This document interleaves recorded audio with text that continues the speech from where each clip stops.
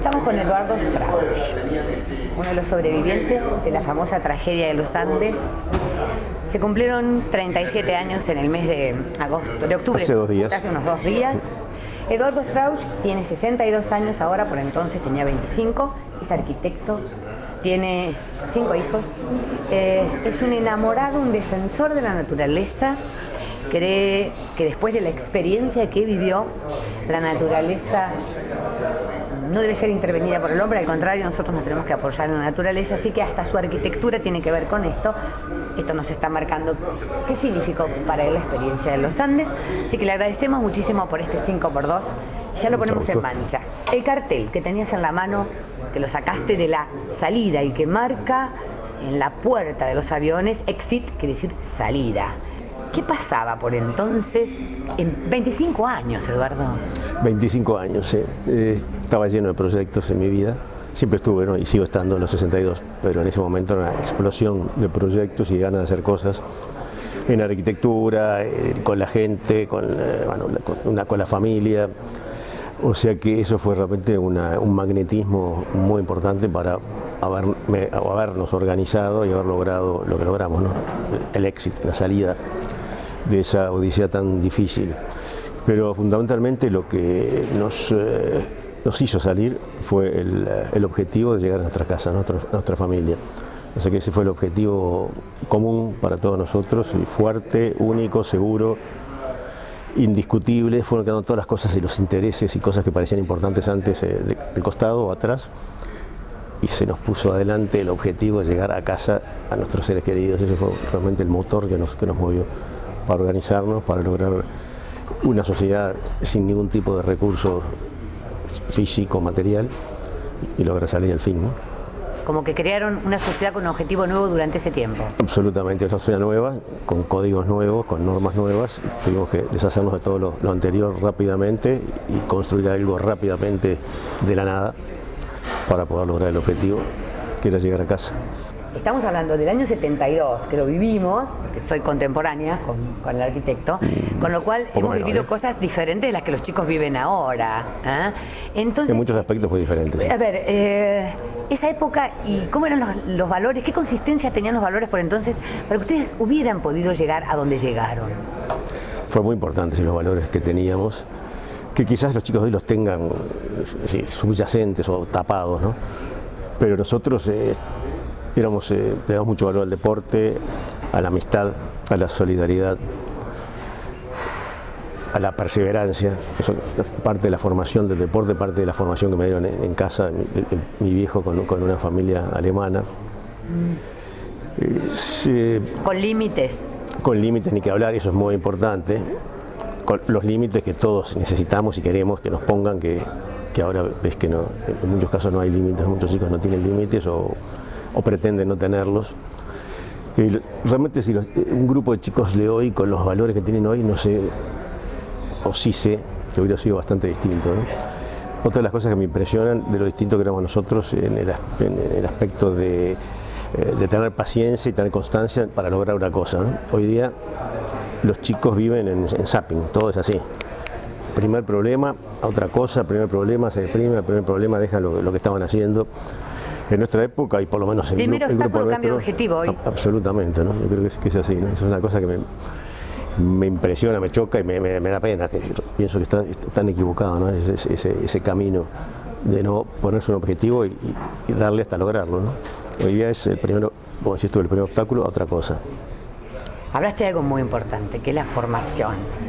El rugby, y si hay alguien que está consumiendo este producto en este momento, el rugby desde la sociología se lo estudia porque el rugby fue un deporte armado en una universidad inglesa para solucionar un problema de conducta. Por eso existe el tercer tiempo, por eso hay normas que no son arbitrarias.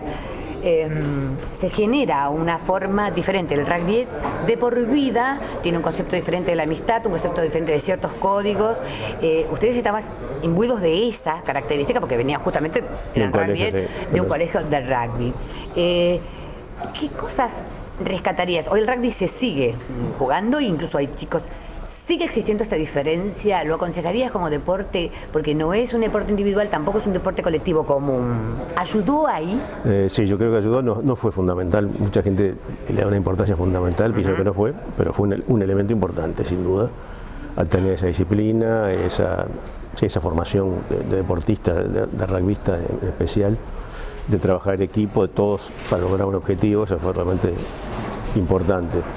Y pienso que sí, que es un deporte muy recomendable, aunque el rugby de ahora es distinto al de nuestra época, por lo menos la actitud, la formación de los rugbyers de ahora, yo veo que es un poco más artificial toda la parte física inclusive, ¿no?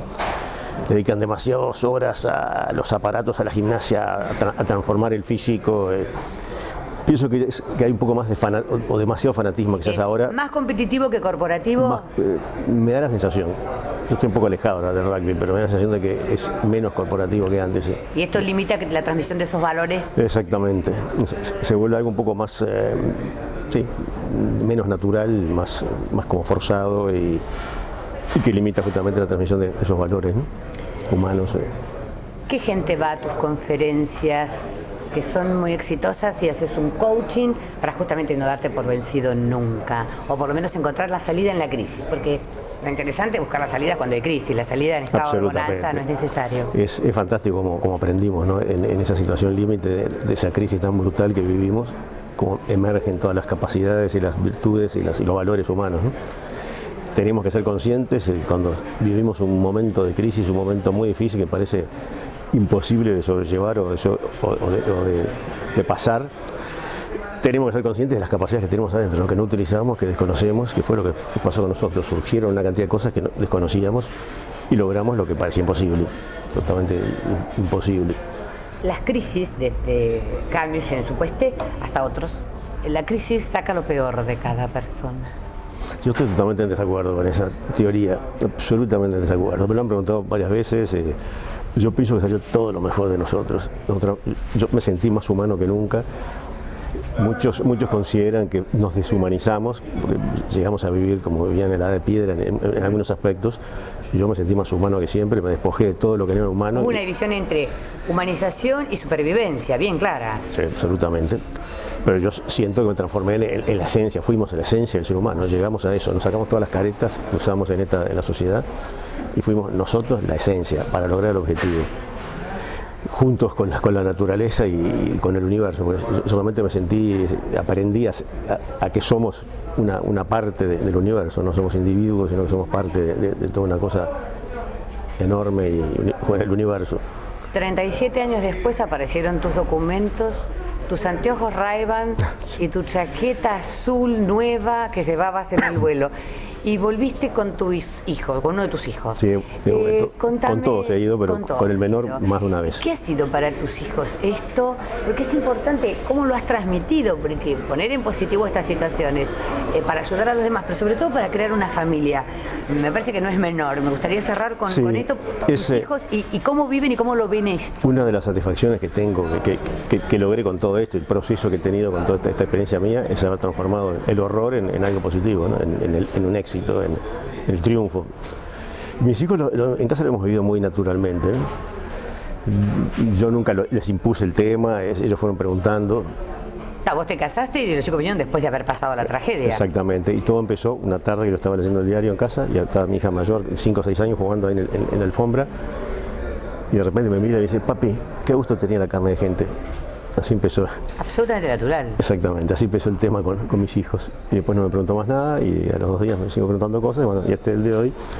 Cuando tienen ganas de hablar, hablamos. Y me pareció muy importante que vinieran a la montaña para entender un poco más. Es la única manera de entender un poco más, ¿no? Quienes tienen fe, es decir, el cuerpo de Cristo, señores, tampoco estamos hablando de nada distinto. Así que sí, siempre con mucha naturalidad. ¿Tuviste fe? ¿Crees en Dios?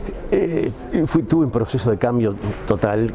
Una fuerza ordenadora que ya empezaba antes de la cordillera, todo un proceso de cambio filosófico y de concepto de Dios, que lo llegué a cuajar 100% en la cordillera, lo tengo totalmente claro ahora, no tengo religión. Soy muy espiritual, se de otras maneras. Exactamente, pero muy claro, muy firme, no tengo absolutamente ninguna duda respecto a ese tema. Hay una fuerza ordenadora del universo. Sin duda, absolutamente. Eduardo, mucha suerte. Muchísimas gracias. Gracias, Ha sido Elena. realmente un placer. Gracias. Gracias. Suerte con tu programa.